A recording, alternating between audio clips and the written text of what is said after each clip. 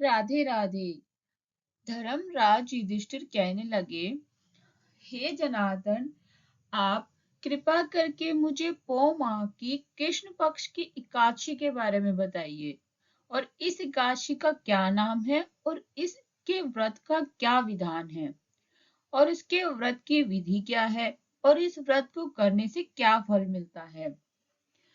तब भगवान श्री कृष्ण जी बोले, पोह माह के कृष्ण पक्ष में आने वाले इस एकादशी को सफला एकादशी कहा जाता है। इस एकादशी के देवता श्री नारायण हैं। विधि पूर्वक इस व्रत को करना चाहिए। जिस प्रकार नागों में शेषनाग, पक्षियों में गरुड़, सब ग्रहों में चंद्रमा, यज्ञों में अश्वमेघ और देवताओं में भगवान विष्णु श्रेष्ठ हैं, उसी तरह सब व्रतों में एकादशी का व्रत श्रेष्ठ है। जो मनुष्य सदैव एकादशी का व्रत करते हैं वो मुझे बहुत प्रिय हैं। इसका महात्म्य मैं तुमसे कहता हूँ, ध्यान से सुनना। भक्त वत्सल भगवान श्री कृष्ण कहने लगे कि धर्मराज, मैं तुम्हारे स्नेह के कारण तुमसे कहता हूँ कि एकादशी व्रत के अतिरिक्त मैं अधिक से अधिक दक्षिणा पाने वाले यज्ञ से भी प्रसन्न नहीं होता। अतः इसे अत्यंत भक्ति और श्रद्धा से युक्त होकर करें। हे राजन, द्वादशी युक्त पो कृष्ण एकादशी का महात्म्य तुम ध्यान से सुनो। चंपावती नगरी में एक महिष्मान नाम का राजा राज्य करता था। उसके 4 पुत्र थे। उन सब में लुम्पक नाम वाला बड़ा राजपुत्र महापापी था। वह पापी सदा परस्त्री और वैश्यगमन तथा दूसरे बुरे कामों में अपने पिता का धन नष्ट किया करता था। सदैव ही देवता, ब्राह्मण, वैष्णवों की निंदा किया करता था।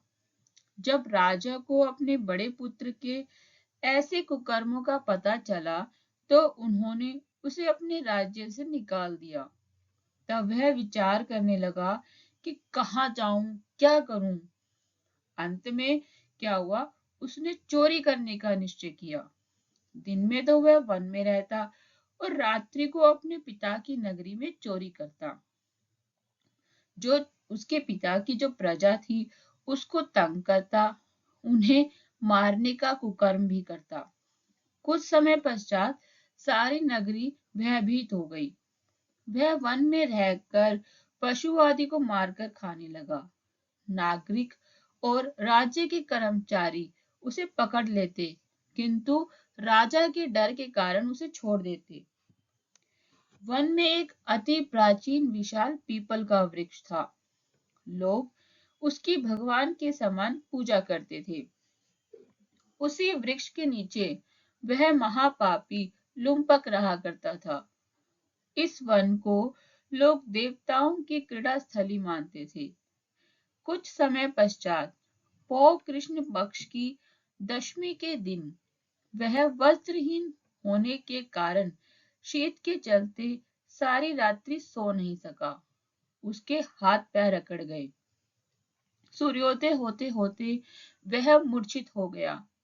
दूसरे दिन एकादशी को मध्याह्न के समय सूर्य की गर्मी पाकर उसकी मूर्छा दूर हुई। गिरता पड़ता वह भोजन की तलाश में निकला। पशुओं को मारने में वह समर्थ नहीं था, अतः पेड़ों के नीचे गिरे हुए फल उठाकर वापस उसी पीपल वृक्ष के नीचे आ गया।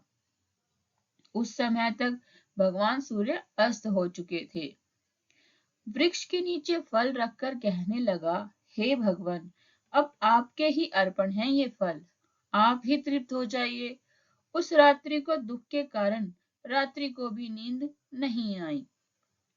उसके इस उपवास और जागरण से भगवान अत्यंत प्रसन्न हो गए और उसके सारे पाप नष्ट हो गए। दूसरे दिन सुबह एक बहुत ही सुंदर घोड़ा अनेक सुंदर वस्तुओं से सजा हुआ उसके सामने आकर खड़ा हो गया। उसी समय आकाशवाणी हुई कि हे राजपुत्र, श्री नारायण की कृपा से तेरे पाप नष्ट हो गए हैं। अब तू अपने पिता के पास जाकर राज्य प्राप्त कर। ऐसी वाणी सुनकर वह बहुत खुश हुआ। दिव्य वस्त्र धारण करके भगवान आपकी जय हो कहकर अपने पिता के पास गया। उसके पिता ने प्रसन्न होकर उसे समस्त राज्य का भार सौंप दिया और खुद वन के रास्ते चले गए। अब लुम्पक शास्त्रानुसार राज्य करने लगा। उसकी स्त्री, पुत्र और सारा कुटुंब भगवान नारायण का परम भक्त हो गया। वृद्ध होने पर भी वह अपने पुत्र को राज्य का भार सौंपकर वन में तपस्या करने चला गया। अंत समय में वैकुंठ को प्राप्त हुआ। अतः जो मनुष्य इस परम पवित्र सफला एकादशी का व्रत करता है, उसे अंत में मुक्ति मिलती है। जो नहीं करते, वे पूंछ और सींगों से रहित पशुओं के समान हैं। इस सफला एकादशी के महात्म्य को पढ़ने से अथवा श्रवण करने से मनुष्य को अश्वमेध यज्ञ का फल मिलता है। राधे राधे। नारायण नारायण।